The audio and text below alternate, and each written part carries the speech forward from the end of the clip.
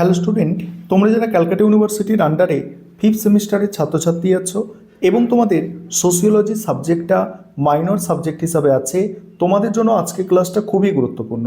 আজকে ক্লাসে তোমাদের ফিফথ সেমিস্টার সোশিওলজি মাইনরের প্রথম যে পেপারটি আছে MN3 পেপার, এই পেপারের মক টেস্টের প্রশ্নপত্র নিয়ে আলোচনা করব।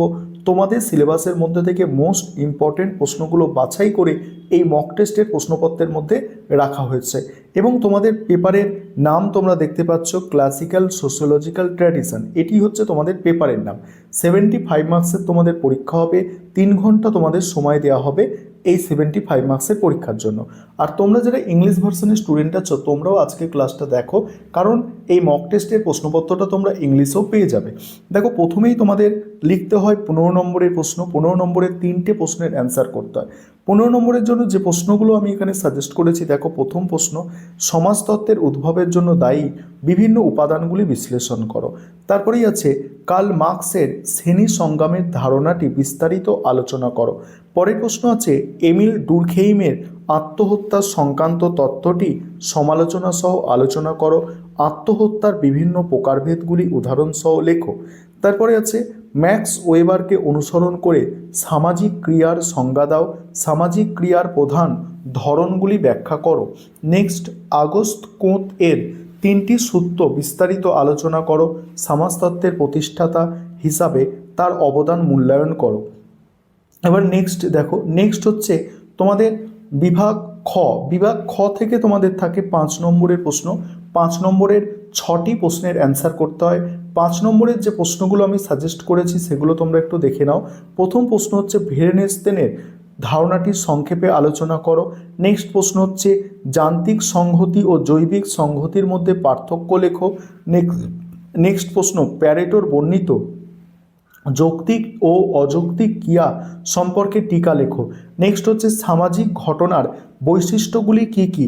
নেক্সট দেখো, পজিটিজম বা প্রত্যক্ষবাদ বলতে কি বোঝো। পজিটিজম বা প্রত্যক্ষবাদ বা ধ্রুববাদও বলা হয় এটাকে।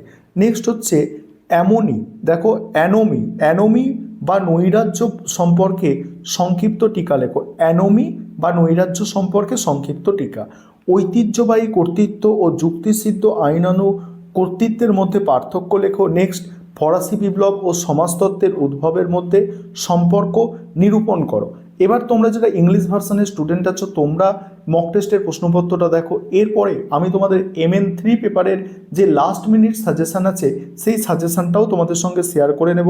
আরও একটি বিষয় তোমাদের বলার আছে, তোমাদের জন্য ইংলিশ ভার্সান এবং বেঙ্গলি ভার্সানে স্টাডি মেটেরিয়াল রেডি আছে। তোমরা যদি কেউ স্টাডি মেটেরিয়াল অর্থাৎ PDF নোট পারচেস করতে চাও, অবশ্যই তোমরা স্ক্রিনে দেওয়া নম্বরে যোগাযোগ করতে পারো। এবারে তোমরা এই পেপারের লাস্ট মিনিট সাজেশানটা দেখো। এবারে তোমরা MN3 পেপারের সাজেশানটা দেখে নাও। প্রথম প্রশ্ন, কার্ল মার্কসের শ্রেণী সংগ্রামের ধারণাটি বিস্তারিত আলোচনা করো। ম্যাক্স ওয়েবারকে অনুসরণ করে সামাজিক ক্রিয়ার সংজ্ঞা দাও। সামাজিক ক্রিয়ার প্রধান ধরনগুলি ব্যাখ্যা করো। নেক্সট হচ্ছে এমিল ডুরখেইমের বর্ণিত সামাজিক সংহতির ধারণাটি আলোচনা করো। যান্ত্রিক সংহতি ও জৈবিক সংহতির মধ্যে পার্থক্য নির্ণয় করো। নেক্সট হচ্ছে সমাজতত্ত্বের উদ্ভবের জন্য দায়ী বিভিন্ন উপাদানগুলি বিশ্লেষণ করো। নেক্সট হচ্ছে দেখো, এই প্রশ্নটাই অথবা প্রশ্নে আসতে পারে, জ্ঞানদীপ্তির সাথে সমাজতত্ত্বের সম্পর্ক আলোচনা করো। তারপরেই আছে প্যারেটোর এলিটের আবর্তন বা অভিজাতদের আবর্তন তত্ত্বটি সমালোচনা সহ আলোচনা করো। মোস্ট ইম্পর্টেন্ট প্রশ্ন। তারপরের প্রশ্ন, কার্ল মার্কস বর্ণিত ইতিহাসের বস্তুবাদী ধারণা বা ঐতিহাসিক বস্তুবাদ সম্পর্কে আলোচনা করো। নেক্সট আছে ম্যাক্স ওয়েবারের আদর্শ প্রকরণের ধারণাটি বর্ণনা করো। সমাজতাত্ত্বিক গবেষণায় আদর্শ প্রকরণের গঠনের উদ্দেশ্য ও গুরুত্ব লেখো। তারপরে সামাজিক ঘটনা সম্পর্কে ডুরখেইমের তত্ত্বটি আলোচনা করো।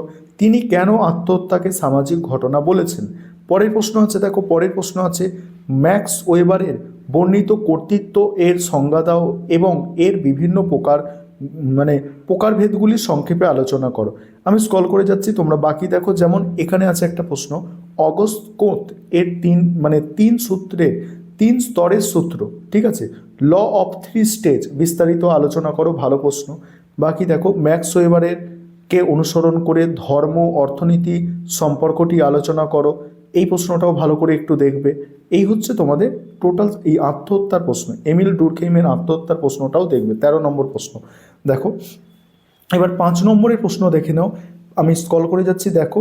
আর আমাদের এই সাজেশনের উপরে স্টাডি মেটেরিয়াল তৈরি আছে, তোমরা যারা স্টাডি মেটেরিয়াল পারচেস করতে ইচ্ছুক আছো অবশ্যই তোমরা স্ক্রিনে দেওয়া নম্বরে যোগাযোগ করে স্টাডি মেটেরিয়াল পারচেস করে নিতে পারো। আর যেগুলো এখানে স্টার দেওয়া আছে, অধিক স্টার মানে অধিক গুরুত্বপূর্ণ প্রশ্ন।